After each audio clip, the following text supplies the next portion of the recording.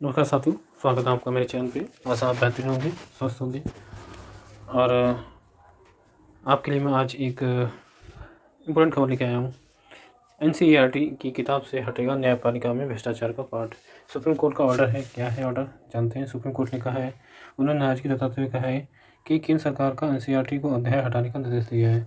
यानी वो सरकार से उन्होंने कहा है कि एनसीईआरटी का जो अध्याय है एनसीईआरटी में उसको हटाया जाए। ठीक है, और इसके साथ ही जिम्मेदार लोगों पर होगी कड़ी कार्रवाई। ये पूरा मामला क्या है इसको जानेंगे वीडियो के अंदर। चैनल पर पहली बार है, लाइक सब्सक्राइब शेयर कीजिएगा।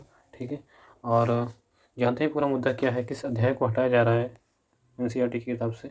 ठीक है, तो यह है वो मुद्दा। कक्षा आठ के विद्यार्थी अब सामाजिक विज्ञान की पुस्तक में न्यायपालिका के में जो भ्रष्टाचार से जुड़ा पाठ नहीं पढ़ेंगे। कौन सा पाठ है? भ्रष्टाचार से जुड़ा पाठ, वो नहीं पढ़ेंगे। ठीक है, और इस मामले में सुप्रीम कोर्ट ने कड़े रुख के बाद हरकत में आई केंद्र सरकार से राष्ट्रीय शैक्षिक अनुसंधान एवं प्रशिक्षण परिषद एनसीईआरटी को न सिर्फ संबंधित अध्याय को किताब से हटाने बल्कि बिक्री के लिए उपलब्ध कराई गई किताबों को तत्काल वापस लेने का निर्देश दिया। में जो हो चुकी हैं उनको भी कहा है वापस लीजिए। ठीक है, क्योंकि ये चैप्टर नहीं पढ़ाया जाएगा भ्रष्टाचार वाला। सूत्रों ने बताया है कि इस निर्देश पर अमल शुरू हो गया है और शिक्षा मंत्रालय ने मामले की जांच के बाद जिम्मेदार कर्मियों को खिलाफ कड़ी कार्रवाई का संकेत दिए है। इस बीच एनसीईआरटी ने वेबसाइट से भी इस पुस्तक को हटा दिया है। ठीक है, इससे पहले नई पाठ्य पुस्तक में न्यायपालिका में भ्रष्टाचार से संबंधित पाठ शामिल करने के मामले में सुप्रीम कोर्ट ने बुधवार को स्वतः संज्ञान कार्रवाई शुरू की। मुख्य न्यायाधीश सीजेआई जस्टिस सूर्यकांत ने कहा है कि किसी भी संस्था को बदनाम नहीं करने दिया जाएगा। ठीक है, यहाँ मामला है किसी संस्था को बदनाम नहीं करने दिया जाए। वरिष्ठ वकील कपिल सिब्बल और अभिषेक मनु सिंघवी ने सीजेआई की अध्यक्षता वाली पीठ के सामने इस मुद्दे को उठाया और कहा, बच्चों को न्यायपालिका में भ्रष्टाचार के विषय को इस तरह पढ़ाया जा रहा है जैसे किसी अन्य संस्था से भ्रष्टाचार मौजूद ही नहीं है ना।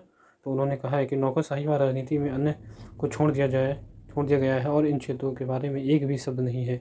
इस पर जस्टिस सूर्यकांत ने कहा है कि मुझे इसकी पूरी जानकारी है और यह निश्चित रूप से पूरी संस्था से संबंधित है और बार और बेंच दोनों से मुझे बहुत सारे फ़ोन व संदेश आ रहे हैं और मैं इस मामले का स्वतः संज्ञान ले रहा हूँ।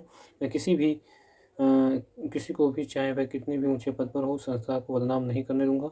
सीजेआई ने कहा है कि एक सोची समझी और गहरी जड़ें जमा चुकी साजिश है और अभी इससे ज़्यादा कुछ नहीं कहेंगे। संस्था के प्रमुख के रूप में मैं इससे अवगत हूँ और कदम उठा रहा हूँ। ठीक है, मामले में विस्तृतता को सुनवाई हुई और बता दें कि कक्षा 8 की जो सामाजिक विज्ञान की किताब है उसमें किताब में हमारे समाज में न्यायपालिका की भूमिका शीर्षक अध्याय से संस्था भ्रष्टाचार और लंबित मुकदमे के